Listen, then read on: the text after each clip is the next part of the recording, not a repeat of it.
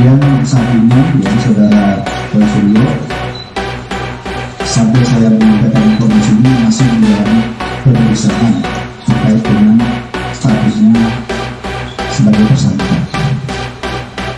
Kemudian penyidik juga dalam kasus ini ya telah melakukan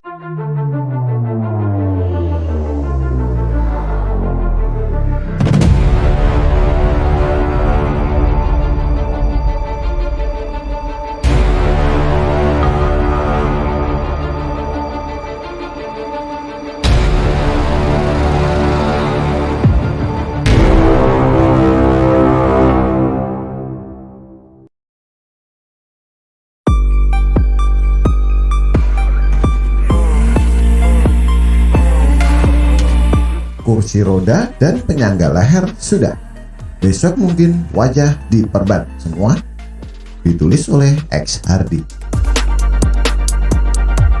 Mungkin lemas, sakit, tidak sehat adalah jalan ninja Roy Suryo.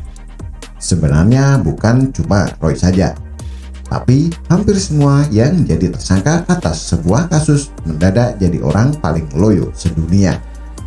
Padahal di awal-awalnya garangnya juara dunia. Sombongnya sangat menggelikan. Tapi saat terjepit, mereka jadi aktor atau aktris yang luar biasa berbakat. Tak terkecuali Roy Suryo. Pada Jumat lalu, Roy Suryo menjalani pemeriksaan polisi sebagai tersangka untuk pertama kalinya. Dia diperiksa selama hampir 12 jam. Tapi saat keluar dari ruang penyidik, dia terkulai lemas usai menjalani pemeriksaan selama 12 jam. Duduk di kursi roda layaknya orang tua yang sedang menderita penyakit parah. Sampai harus dipapah sejumlah tim kuasa hukumnya saat menuruni anak tangga. Actionnya lalu berlebihan. Saat masuk, sehat-sehat saja. Saat keluar langsung loyo tak berdaya. Ya, pantas saja tidak ada yang simpati. Malah mereka mengejek dan makin membuli.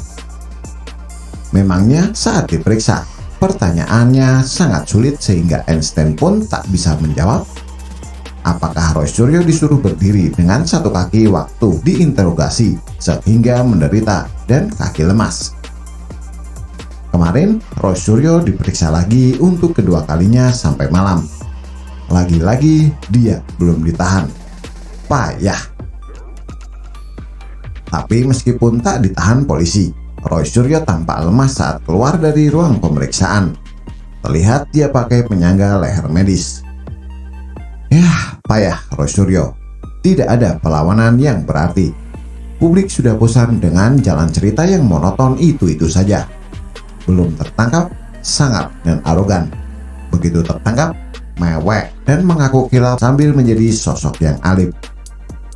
Jalan cerita begini sudah mainstream membosankan. Harusnya Roy Suryo sajikan jalan cerita yang lebih baik. Misalnya tetap tertawa dan jalan dengan langkah mirip dengan model catwalk saat keluar ruang pemeriksaan. Harusnya saat keluar dan ditanyai awak media, dia tetap santai, tersenyum, menjawab dengan pede bahwa dirinya tidak bersalah, dizalimi, bahkan tidak takut dipenjara dan kemudian teriak ambiar. Publik butuh suguhan jalan cerita yang fresh dan berbeda dari para tersangka lain. Tidak ada perlawanan berarti. Begitu saja. Hasilnya sudah tertebak.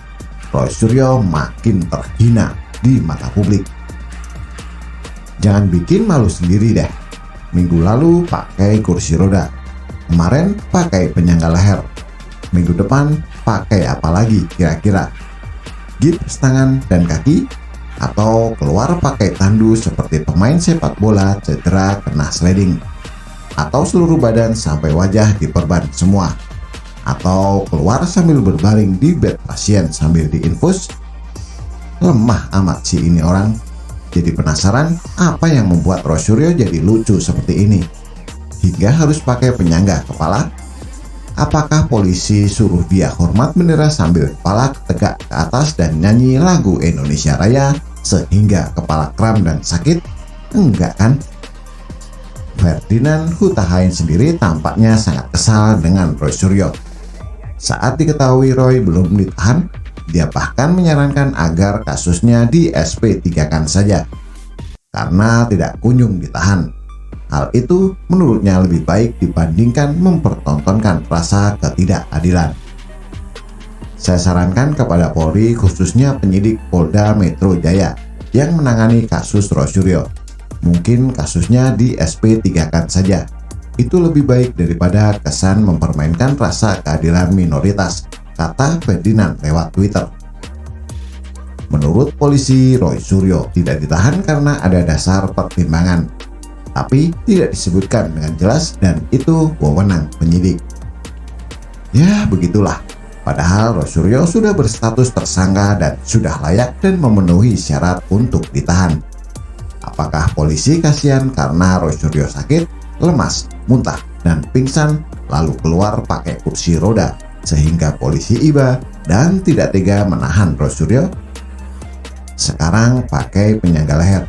Besok-besok kalau wajah Roy diperban semua, kaki pakai gip, polisi makin kasihan dong. Ini bisa ditiru para calon tersangka. Mereka berpikir dengan berkostum ala orang sakit parah, polisi bakal kasihan dan tidak akan melakukan penahanan. Nanti kursi roda jadi mahal, harga meroket kayak minyak goreng karena langka. Kasihan mereka yang benar-benar butuh kursi roda. Bagaimana menurut Anda? Silahkan tulis komentar di bawah.